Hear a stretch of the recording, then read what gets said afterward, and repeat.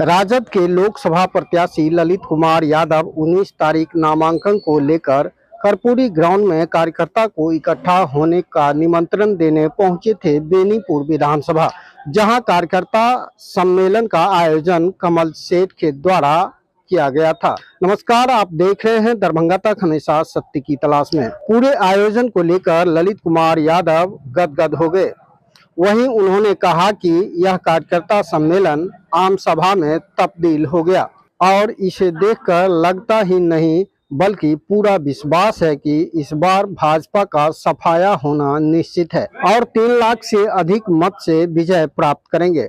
वहीं उन्होंने कहा कि वर्तमान में जो सांसद हैं उनका इतिहास है कि वह एक बार जीतते हैं और दूसरी बार हार जाते हैं। इस बार भी वह बुरी तरह से हारेंगे। वहीं कमल सेठ ने कहा कि इस चुनाव की तैयारी को देखते यह समझ लीजिए कि इंडिया महागठबंधन के प्रत्याशी इस बार भारी मतों से विजय होकर संसद भवन में जाएंगे और वहां आम जनता की आवाज को रखेंगे।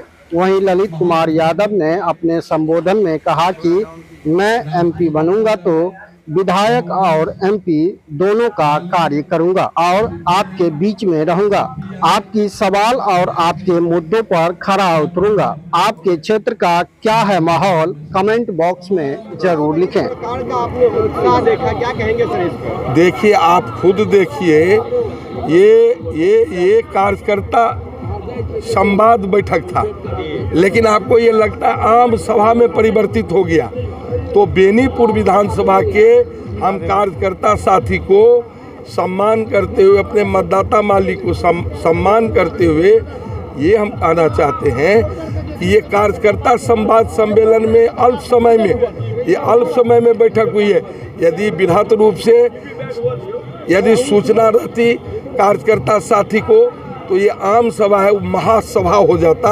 आप इसी से अनुमान लगाइए कि दरभंगा लोकसभा क्षेत्र की क्या स्थिति है, आकलन स्वयं करिए। सर, आप निमंत्रण देने आए थे, किस चीज़ का निमंत्रण दे रहे हैं? 19 अप्रैल को हम लोग कर्पूरी चौक मेडिकल ग्राउंड में हमारे महागठबंधन के तमाम नेता उसमें जनसभा में आ रहे हैं। नामांकन जनसभा में हमारे प्रतिपक्ष के नेता और हम लोगों के भविष्य बिहार के भावी मुख्यमंत्री तेजस्वी प्रसाद यादव जी आएंगे और महागठबंधन के बहुत सारे नेता, सभी पार्टी के नेता आएंगे।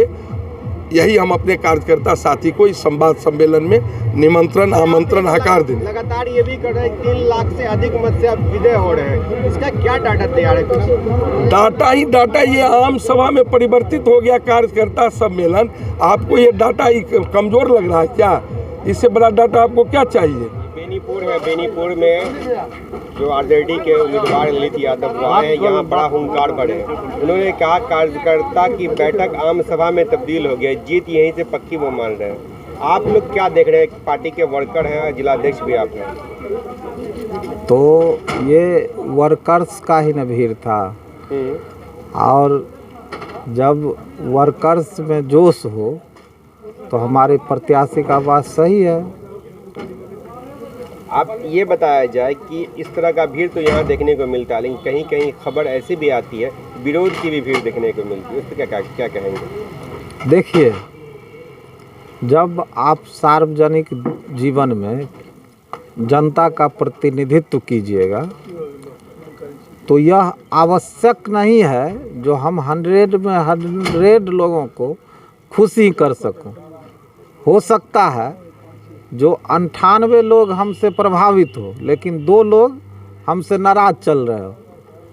तो यह जो चुनाव है इसमें 50+1 ये देखा जाता है जो सपोर्टर कितने हैं और विरोधी कितने हैं। हो सकता है यह विरोधी का चाल हो। यहाँ भाजपा भी चुनाव लड़ रही है, वह अपने आदमी को भी खड़ा करके और विरोध प्रदर्शन करवा सकते हैं। तो सामाजिक न्याय के हम लोग हैं। हम लोग अपने कार्यकर्ताओं को संयमित रखे हुए हैं।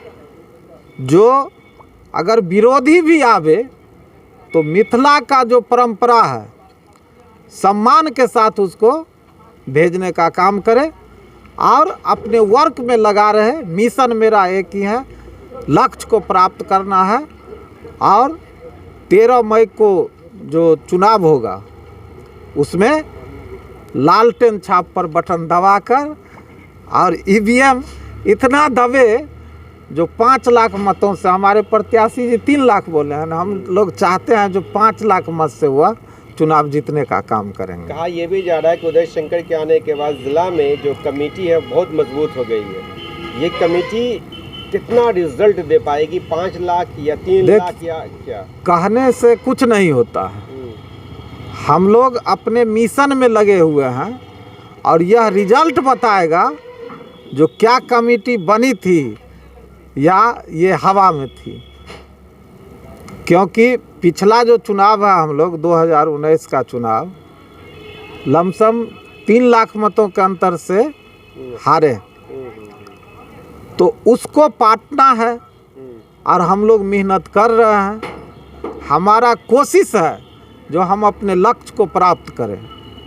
अब इसमें एग्जैक्ट हम क्या कहें आपको, लेकिन मेरी इच्छा है जो 5 लाख से जीत हासिल। लोकसभा चुनाव को लेकर के अब किस प्रकार की तैयारियां हो रही है? चुनाव की तैयारी तो आप देख रहे हैं, आपका मीडिया कर्मी देख रहे हैं जो कि कैसे तैयारी हो रहा है। अब इससे ज़्यादा कार्यकर्ता का मीटिंग था, महागठबंधन इंडिया महागठबंधन का कार्यकर्ता का खाली मीटिंग था और कार्यकर्ता का मीटिंग में लगभग 500 लोग यहाँ जमा हुए थे। अब इसी में लगा जो समझ सकते हैं जो कि कितने जगह में और भी प्रोग्राम रखा गया था लेकिन उसको पोस्टपोन्ड करके दूसरी जगह में और कार्यक्रम लग गया। इसके कारण हम लोग तो घर की बात है इसलिए हम लोग एडजस्ट कर लिए। अब वहाँ से वापस आएंगे तो फिर कल से बेनीपुर के लिए और प्रोग्राम रखा जाएगा। कहा जाता है चुनाव में भीड़ इकट्ठा करना, वोट में उसको बदलना, दोनों एक अलग अलग चीज़ है। इस पर क्या कहेंगे आप? ये आप नहीं समझ रहे हैं कि 12 बजे से लोग आए हैं और 4 बजे तक व्याकुल था, इंतज़ार करते थे। जो आदमी की ज़रूरत होता है वो 5 मिनट में निकल जाता है, लेकिन 4-4 घंटा इंतज़ार करता है अपने प्रत्याशी के लिए। इसका मतलब इरादा बुलंद है। आपके प्रत्याशी ने कहा कि इस क्षेत्र से हम विजय होंगे, इसलिए कहीं ना कहीं आपका दायित्व अधिक बन जाता है।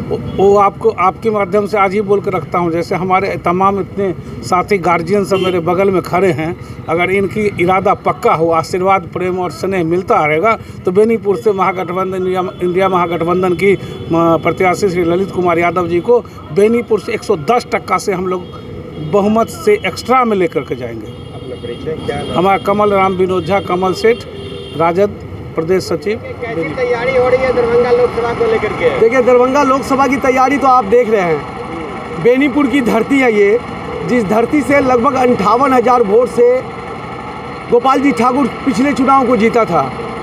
और आज यहाँ का दृश्य आप देख रहे हैं, एक छोटा सा कार्यकर्ता सम्मेलन था जिसमें कार्यकर्ता लोगों को ये बताना था कि आगामी 19 तारीख को जो नामांकन कार्यक्रम होगा वो नामांकन कार्यक्रम में कैसे शामिल होना है और कैसे जनताओं को लेकर के आना है। और ये सम्मेलन किस तरह का विशाल रूप ले लिया, ये सब आपकी नज़र के सामने है। इससे ही लगता है कि आगे होने वाला क्या है। कहीं कहीं विरोध भी हो रहा है। देखिए, मैं एक बात बता दूं आपको, आप मीडिया बंधु, एक बात बता दूं, यहाँ 2 बातें हैं। ललित यादव जब से चुनाव लड़ा आज तक ललित यादव कभी हारा ही नहीं। और गोपाल जी ठाकुर का इतिहास है, जो चुनाव को एक बार के बाद दोबारा लड़ा तो वो हार गया, इसलिए उसका हारना तय है। एक ही बार वो जीतते हैं। एक ही बार वो जीतते हैं। इससे पहले यही जिस धरती पर खड़े हुए हैं यहीं से वो विधायक में चुनाव जीते विधानसभा, और फिर अगली बार जब चुनाव लड़े तो 30,000 वोट से हार गए। अभी चुनाव वो जीते हैं लोकसभा का और फिर इस मर्तबा वो हारेंगे। उनकी किस्मत में यही लिखा हुआ है।